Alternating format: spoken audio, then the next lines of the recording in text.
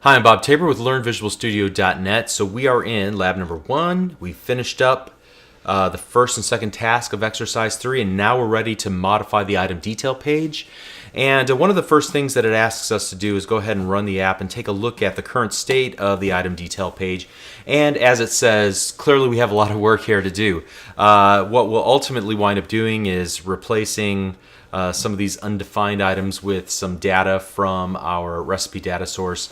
And then if you take a look at, keep that image in your mind for just a second, take a look back at the lab and scroll all the way to the bottom. What we ultimately want to get to is something that looks like this, where we have not only the prep time underneath our item image, our recipe image, but also we want to display the ingredients in the center column and then the directions off to the right hand side.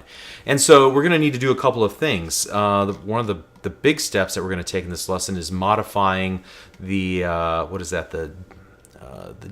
the item detail.js file, where we see the ready event handler. We're going to instead of do the binding declaratively, we're going to do it empirically through the use of getting an item, selecting it in the DOM, and then changing its text content using JavaScript. So it's a different style, a different way of going about it. I think it's great because it gives us a chance to kind of change up and learn a different technique.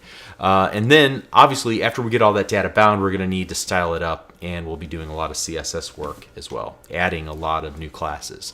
All right, so let's go ahead and jump into this. We've already done step 1 and 2. Let's go ahead and open up the item detail.html and find the div element that's decorated with the role equals main attribute. Okay, so, and then it wants us to modify it so that it looks something like that. Well, I'll tell you what I'm going to do. I'm going to go ahead and copy all of this. Make sure I get that div class content role main in our item detail page. So let's go to the item detail folder and open up the item detail HTML. Let me go improve that just a little bit. And then we are going to look for this class. Make sure you get everything selected from beginning and end, and then we want to paste in the new content. And I'll tell you what, let me go ahead, and something's not lining up quite right here.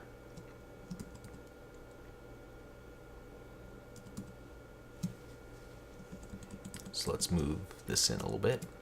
That's a little bit better. Okay. So it looks like we have replaced that leftmost column with column that will contain not only the title, but then also the prep time and the image. So let's just go ahead and see this change and what it's done for us.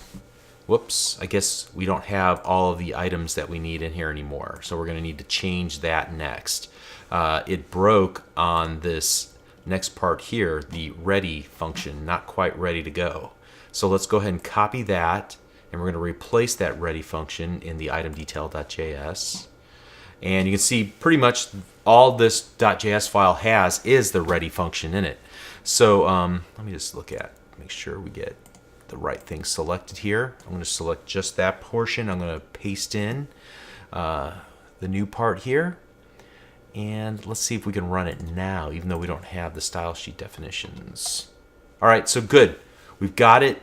Now it doesn't look great.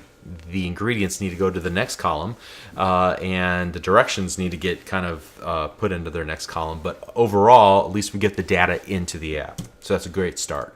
Let's move on now and just style everything up to make it look right. So we'll need to go to the item detail.css page. Let's go ahead and improve that. And so this is going to take a little more detail-oriented work here. We need to complete the modification. We need to modify the page's CSS. Following statements after the item detail, content, article, header, item subtitle. Ooh, that's a mouthful. Let's see if we can find that. Item subtitle. All right, so I think, let me double check here and make sure that this is the right spot. Item detail page, content, article header, item subtitle. So we want to add all of this after that. Great. And let me tab this in a little bit for us. Okay. And so we can just see here that we're working with the ingredients and the directions. That's just, for example, setting the margin list, setting the column, which column it should appear in.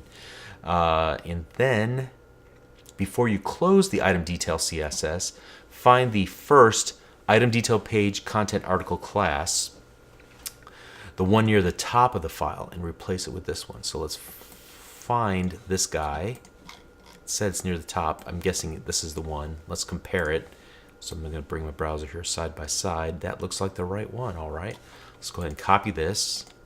And all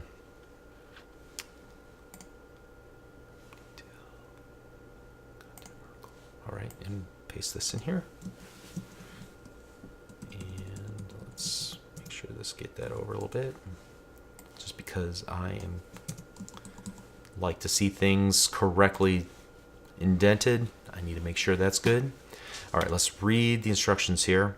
All right, and then finally what we want to do is find this item detail page content article item page, and we want to remove the height property. So let's look at item detail content article item image.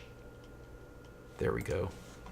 And let's just make sure we get the right one here. Item detail content article item image, this one here. And so we want to remove the height and add a margin bottom. So let's go ahead and copy this and then paste it in here. Great. So if we did everything right, it should look like the lab. And I tell you what, that looks pretty good. I'm pretty happy with that. Okay, excellent. All right, so we've made some pretty big changes in the last couple of labs. The user interface looks great. Now we need to consider how to handle orientation changes when somebody takes their surface, I should get mine, and change it over from a landscape to a portrait view. Can our app handle and display the data correctly? If not, what will we need to change in order to make it look correct? And we'll see what we need to do in the next lesson. Plus, a special tool that's built into Visual Studio to help us see that without having to load it up on our tablets. All right, see you there. Thank you.